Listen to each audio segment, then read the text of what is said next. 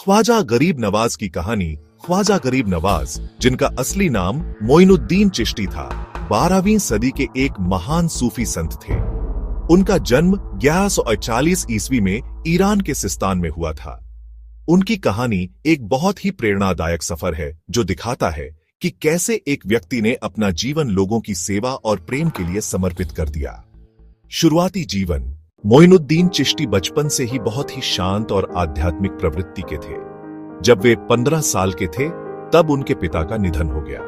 पिता की मृत्यु के बाद उन्हें एक बगीचा और एक चक्की विरासत में मिली। एक दिन उनके बगीचे में इब्राहिम कंदूजी नाम के एक सूफी संत आए। मोइनुद्दीन ने उनका बहुत आदर सत्कार किया। इब्राहिम कंदूजी उनकी सेवा से बहुत प्रसन्न हुए और उन्हें एक खास आध्यात्मिक भोजन दिया। यह भोजन खाते ही मोइनुद्दीन के मन में दुनियादारी से वैराग्य की भावना जागृत हुई।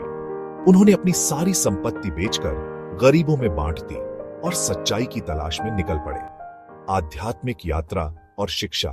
सत्य की खोज में मोइनुद्दीन चिश्ती ने कई जगहों की यात्रा की। उन्होंने बगदाद और बुखारा जैसे शहरों में कई सूफी संतों से शिक्षा ली। उनका सबसे महत्वपूर्ण पड़ाव शेख उस्मान हारूनी से मिलना था। उस्मान हारूनी उनके गुरु बने और उन्होंने मोइनुद्दीन को 20 सालों तक गहन आध्यात्मिक शिक्षा दी। इस दौरान मोइनुद्दीन ने अपने गुरु की बहुत सेवा की और उनसे सूफीवाद के गहरे रहस्य सीखे। भारत आगमन और अजमेर में निवास अपने गुरु के कहने पर मोइनुद्दीन चिश्ती ने भारत की तरफ रुख किया। वे लाहौर और दिल्ली होते हुए अजमेर पहुंचे।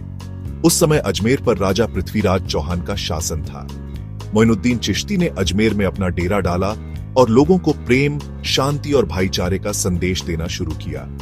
उन्होंने हमेशा गरीबों और जरूरतमंदों की मदद की, जिसकी वजह से लोग उन्हें गरीब नवाज, गरीबों का पालनहार कहने लगे। शिक्षाएं और योगदान। ख्वाजा गरीब नवाज ने अपनी पूरी जिंदगी लोगों की सेवा में लगा दी। उन्होंने कभी भी किसी धर्म या जाति के आधार पर भेदभाव नहीं किया। उनकी प्रमुख शिक्षाएं थीं प्रेम और भाईचारा। उन्होंने सिखाया कि सभी इंसान एक हैं और हमें सभी से प्रेम करना चाहिए। गरीबों की सेवा। वे हमेशा कहते थे कि गरीबों की मदद करना सबसे बड़ा धर्म है।